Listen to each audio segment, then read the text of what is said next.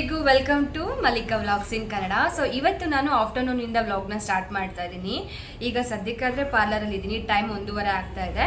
So ಇವಾಗಲಿಂದ start ಮಾಡೋಣ vlog ಅಂತ ಅಂದ್ಬಿಟ್ಟು. ಯಾಕೆ ಅಂದರೆ ಇವತ್ತು ನಾನು ನಮ್ಮ ಅಣ್ಣನ ಮಗಳಿಗೆ ಮೊಗ್ಗಿನ ಜಡೆ ಹಾಕ್ತಿದ್ದೀನಿ.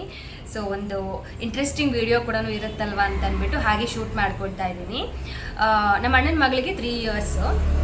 ಈ ನಡುವೆ ಇನ್ನು ನೆಕ್ಸ್ಟ್ ಒಂದು 3 ಮಂತ್ಸ್ ಆದಮೇಲೆ ಅವಳಿಗೆ 3 ಕೂಡ ಕಂಪ್ಲೀಟ್ ಆಗಿಬಿಡುತ್ತೆ. ಅಷ್ಟರೊಳಗಡೆ ಮುಡಿ ಕೊಡೋ ಶಾಸ್ತ್ರ ಮಾಡಬೇಕು ಅಂತ ಅಣ್ಣ ಅಂದ್ಕೊಳ್ತಾ ಇದ್ದಾನೆ. ಹುಟ್ಟಾಗ್ಲಿಂದ ಅವಳಿಗೆ ಆ ಶಾಸ್ತ್ರ ಮಾಡಲಿಲ್ಲ, ಹಾಗೆ ಮುಡಿ ಕೂಡ ಕೊಟ್ಟಿರಲಿಲ್ಲ. ಸೊ ಆ ಒಂದು ನೆನಪಿಗೋಸ್ಕರ ಮೊಗ್ಗಿನ ಜಡೆ ಹಾಕ್ಸೋಣ ಅಂತ ಅಂದ್ಬಿಟ್ಟು ನಾನೇ ಪ್ಲ್ಯಾನ್ ಮಾಡ್ಕೊಂಡಿರೋವಂಥದ್ದು. ತುಂಬ ದಿನಗಳಿಂದ ಇತ್ತು ಪ್ಲ್ಯಾನ್, ಬಟ್ ಇವತ್ತು ಇಲ್ಲಿಗೆ ಬಂದಿದ್ದಾರಲ್ವ, ಹೇಗೋ ನಾನೇ ಮೇಕಪ್ ಎಲ್ಲ ಮಾಡ್ಬೋದು. ನನಗೆ ಸ್ವಲ್ಪ ಕೆಲವೊಂದು ಅವೈಲಬಿಲಿಟೀಸ್ ಇದೆ, ಅಂದರೆ ಡ್ರೆಸ್ಸಸ್ ಆಗಿರ್ಬೋದು ಮತ್ತು ಮೊಗ್ಗಿನ ಜಡೆ ಇವೆಲ್ಲ ನನಗೆ ಈಸಿಯಾಗಿ ಸಿಕ್ಬಿಡುತ್ತೆ ಇಲ್ಲಿ. ಹಾಗಾಗಿ ಮಾಡೋಣ ಅಂತ ಅಂದ್ಕೊಳ್ತಾ ಇದ್ದೀನಿ. ಪ್ಲ್ಯಾನಿಂಗ್ ಇದು 2 ಡೇಸಿಂದ ತುಂಬ ಕಡೆ ಓಡಾಡ್ತಾ ಇದ್ದೀವಿ. ಮೊಗ್ಗಿನ ಜಡೆಗೆ ಕೂಡ ಆರ್ಡ್ರ್ ಕೊಡಬೇಕಾಗಿತ್ತು. ಅವಾಗ ಅಂದರೆ ಹೇಳಿದ ತಕ್ಷಣ ಮಾಡಿಕೊಡೋದಿಲ್ಲ ಯಾರು ಕೂಡ.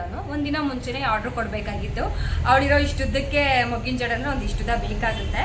ಪ್ಲಾಸ್ಟಿಕ್ ಜಡೆ ಕೂಡ ರೆಫರ್ ಮಾಡಿದ್ರು ನಮ್ಮ ಮನೆ ಪಕ್ಕದಲ್ಲಿರೋವಂಥ ಫ್ಯಾನ್ಸಿ ಸ್ಟೋರ್ಗಳಲ್ಲೆಲ್ಲ, ಬಟ್ ನನಗೆ ಇಷ್ಟ ಆಗಲಿಲ್ಲ. ಪ್ಲಾಸ್ಟಿಕ್ ಯಾವಾಗಿದ್ರು ಪ್ಲಾಸ್ಟಿಕ್ಕೇ ಅಲ್ವಾ, ಮತ್ತು ಅದನ್ನು ಆ ಒಂದು ಮೆಮೊರಿ ಬೇರೆ ಇರುತ್ತೆ. ಮೊಗ್ಗಿನ ಜಡೆ ಫಸ್ಟ್ ಟೈಮ್ ಹಾಕ್ತಿರೋದ್ರಿಂದ ರಿಯಲ್ ಮಲ್ಲಿಗೆ ಹೂವಿನ ದಿಂಡೆ ಇಡೋಣ ಅಂತ ಅಂದ್ಕೊಂಡೆ. ಡ್ರೆಸ್ಸಸ್ ಕೂಡ ತೊಗೊಂಬರಕ್ಕೆ ಆಗಲಿಲ್ಲ, ಹಾಗಾಗಿ ಕಾಸ್ಟ್ಯೂಮ್ ಸ್ಟೋರ್ಗೆ ಹೋಗಿದ್ವಿ. ಕೆಲವೊಂದು ಬಟ್ಟೆಗಳೇನಾದರೂ ಸಿಗುತ್ತೆ ತೊಗೊಂಬರೋಣ ಅಂತ. ಲಂಗ ಬ್ಲೌಸು ಮತ್ತು ಲೆಹೆಂಗಾ ಟೈಪು, ಸ್ಯಾರಿ ಟೈಪ್ ಕೂಡ ರೆಡಿಮೇಡ್ ಸಿಗುತ್ತಲ್ವ ಅಂತ ಅಂದ್ಬಿಟ್ಟು ಕಾಸ್ಟ್ಯೂಮ್ ಸ್ಟೋರ್ ಕೂಡ ನಮ್ಮ ಮನೆ ಹತ್ರದಲ್ಲೇ ಇರೋವಂಥದ್ದು, ಶ್ರೀರಾಮ್ಪುರ ಹತ್ರ.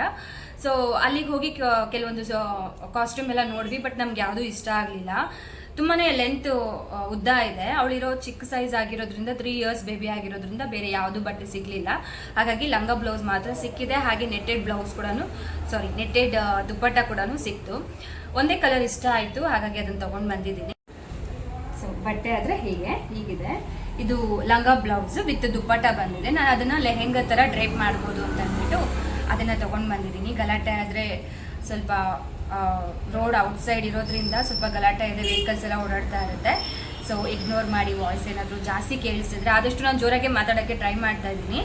ಸೊ ಇದು ಲಂಗ ಕಲರ್ ಕಾಂಬಿನೇಷನ್ ಕೂಡ ಸಿಕ್ಕಾಪಟ್ಟೆ ಇಷ್ಟ ಆಯಿತು. Yellow and red colour combination. Actually ಅವಳು ಬೆಳ್ಳಕ್ಕಿದ್ದಾಳೆ, ಎಲ್ಲೋ ಸೂಟ್ ಆಗಲ್ಲ ಅಂತ ಅಂದ್ಕೊಂಡೆ, ಬಟ್ ರೆಡ್ ಕಲರ್ ದುಪ್ಪಟ್ಟ ಇರೋದ್ರಿಂದ ಚೆನ್ನಾಗಿ ಪೇರ್ ಮಾಡ್ಬೋದು ಅಂತ ಅನ್ನಿಸ್ತು. ಬೇರೆ ಯಾವ ಕಲರು ನನಗೆ ಅಷ್ಟೊಂದು ಇಷ್ಟ ಆಗಲಿಲ್ಲ, ಹಾಗಾಗಿ ಈ ಯೆಲ್ಲೋಗೆ ಈ ಬ್ಲೌಸ್ ಕೊಟ್ಟಿದ್ದಾರೆ. ಬ್ಲೌಸ್ ಕೂಡ ತುಂಬ ಚೆನ್ನಾಗಿತ್ತು. ಸೊ ಜಸ್ಟ್ ಒಂದ್ಸಲಿ ಹೋಗ್ಬಿಟ್ಟು ನೋಡ್ಕೊಂಡು ಬರೋಣ ಅಂತ ಅಂದ್ಬಿಟ್ಟೆ ಹೋಗಿದ್ದು ನಾವು. ಫೈನಲ್ ಮಾಡೋಣ ಅಂತ ಹೋಗಲಿಲ್ಲ, ಹೇಗಿರುತ್ತೆ ಕ್ವಾಲಿಟಿ ಎಲ್ಲ ಅಂತ ಅಂದ್ಬಿಟ್ಟು. ಬಟ್ ಚೆನ್ನಾಗಿತ್ತಲ್ವಾ, ಚೆನ್ನಾಗಿದೆ. ಒಂಥರ ನಾವು ಮನೇಲಿ ಸ್ಟಿಚ್ ಮಾಡಿದಾಗ ಹೇಗಿದೆಯೋ ಹಾಗೆ ಇತ್ತು ಅಂತ ಅಂದ್ಬಿಟ್ಟು ಇದನ್ನು ತೊಗೊಂಡು ಬಂದೆ. ಆ್ಯಂಡ್ ಇದಕ್ಕೆ ಈ ದುಪ್ಪಟ್ಟ ತುಂಬ ಲೆಂತ್ ಆಗಿರೋದೇ ತಗೊಂಡೆ, ಸ್ವಲ್ಪ ಚೆನ್ನಾಗಿ ಡ್ರೇಪ್ ಮಾಡ್ಬೋದು ಅಂತ ಅಂದ್ಬಿಟ್ಟು. ಸೊ ಇದು ಮೊಗ್ಗಿನ ಜಡೆ. ಅವಳಿಗೆ ಒಂದು ಇಷ್ಟು ಉದ್ದ ಕೂದಲಿದೆ, ಅದಕ್ಕೆ ಹೇಗೆ ಹಾಕೋದು ಅಂತ ನನಗೆ ಗೊತ್ತಾಗ್ತಿಲ್ಲ. ಅಂದರೆ ಒಂದು ಕಡೆ ಕೂತ್ಕೊಂಡಿರೋ ಮಕ್ಕಳಿಗಾದ್ರೆ ಹಾಕ್ಬೋದು, ಸ್ವಲ್ಪ ತೀಟೆ ಮಕ್ಕಳಿಗಾದ್ರೆ ಹಾಕೋಕ್ಕಾಗೋದಿಲ್ಲ. ಬಟ್ ಹೆಂಗೆ ಮ್ಯಾನೇಜ್ ಮಾಡಬೇಕು ಗೊತ್ತಿಲ್ಲ. ಸ್ವಲ್ಪ ಲಾಸ್ಟಲ್ಲೇ ಹಾಕೋಣ ಅಂತ ಅಂದ್ಕೊಳ್ತಾ ಇದ್ದೀನಿ. ಲಾಸ್ಟ್ ಮೂಮೆಂಟಲ್ಲಿ ಎಲ್ಲ ಡ್ರೆಸ್ಸು ಮತ್ತು ಮೇಕಪ್ ಎಲ್ಲ ಮಾಡಾದ್ಮೇಲೆ ಹಾಕೋಣ ಅಂತ ಅಂದ್ಕೊಳ್ತಾ ಇದ್ದೀನಿ. ಸೊ ಜಡೆ ಆದರೆ ಹೇಗಿದೆ. ಆ್ಯಂಡ್ ಮೊಗ್ಗಿನ ಜಡೆ ಈ ಫ್ಲವರ್ಸ್ಗಳೆಲ್ಲ ತುಂಬಾ ರೇಟ್, ಈಗ ಸೀಸನ್ ಅಲ್ಲದೆ ಇರೋದ್ರಿಂದ ತುಂಬಾ ರೇಟ್ ಚಾರ್ಜ್ ಮಾಡಿದ್ರು. ನಮಗೆ ಒಂದು 800 ರುಪೀಸ್ ಚಾರ್ಜ್ ಆದರೆ ಬಿತ್ತು. ನಮ್ಮ ಮನೆಯವ್ರ ಫ್ರೆಂಡ್ ಕಡೆಯಿಂದ ಚಿಕ್ಕಪೇಟೆಯಿಂದ ತರಿಸಿರೋ ಅಂಥದ್ದು. ಸೊ ಇಲ್ಲಿ ಸರೌಂಡಿಂಗ್ ಕೇಳಿದ್ವಿ, ಬಟ್ ಅವ್ರು ಜಾಸ್ತಿನೇ ಕೇಳಿದ್ರು ನಮಗೆ, ಮತ್ತು ಟೈಮ್ ಕೂಡ ಜಾಸ್ತಿ ಕೇಳಿದ್ರು. ಸೊ ಚಿಕ್ಕಪೇಟೆಯಲ್ಲಿ ಹೆಂಗೆ ಅಂದರೆ ರೆಡಿ ಹಾಗೆ ಸಿಕ್ಬಿಡುತ್ತೆ ಅಂತ ಅಂದ್ಬಿಟ್ಟು ಹೋಗಿ ತೊಗೊಂಡು ಬಂದಿರೋ ಅಂಥದ್ದು. ಘಮ ಅಂತಿದೆ. ಸೊ ರಿಯಲ್ ಮಲ್ಲಿಗೆ ಹೂವನೇ, ಚೆನ್ನಾಗಿದೆ. ಸೊ ಔಟ್ಲುಕ್ ಹೆಂಗೆ ಬರುತ್ತೋ ಗೊತ್ತಿಲ್ಲ. ಇವತ್ತು ಈವ್ನಿಂಗ್ ಮಾಡೋಣ ಅಂತ ಅಂದ್ಕೊಳ್ತಾ ಇದ್ದೀವಿ. ಮಧ್ಯಾಹ್ನ ಊಟ ಮುಗಿಸ್ಕೊಂಡು ಪಾರ್ಲರ್ಗೆ ಕರ್ಕೊಂಡು ಬಂದ್ಬಿಟ್ಟೆ. ಮೊದಲೇ ಮೇಕಪ್ ಅಂದರೆ ಇಷ್ಟ ಇರೋದ್ರಿಂದ ಆರಾಮಾಗಿ ಮೇಕಪ್ ಮಾಡಿಕೊಂಡ್ಲು, ಏನು ಗಲಾಟೆ ಮಾಡಲಿಲ್ಲ. ಬರೀ ಹೇರ್ ಸ್ಟೈಲ್ ಮಾಡಬೇಕಾದ್ರೆ ಸ್ವಲ್ಪ ಗಲಾಟೆ ಮಾಡಿದ್ಲು. ಆದರೂ ನಾನು ಮೊಗ್ಗಿನ ಜಡೆ ಎಲ್ಲ ಆವಾಗಲೇ ಹಾಕಕ್ಕೆ ಹೋಗಲಿಲ್ಲ. ಫೋಟೋಶಾಪಲ್ಲಿ ಹಾಕ್ಕೊಳ್ಳೋಣ ಅಂತ ಅಂದ್ಬಿಟ್ಟು ಬನ್ ಮಾತ್ರ ಹಾಕಿಟ್ಟಿದ್ದೆ.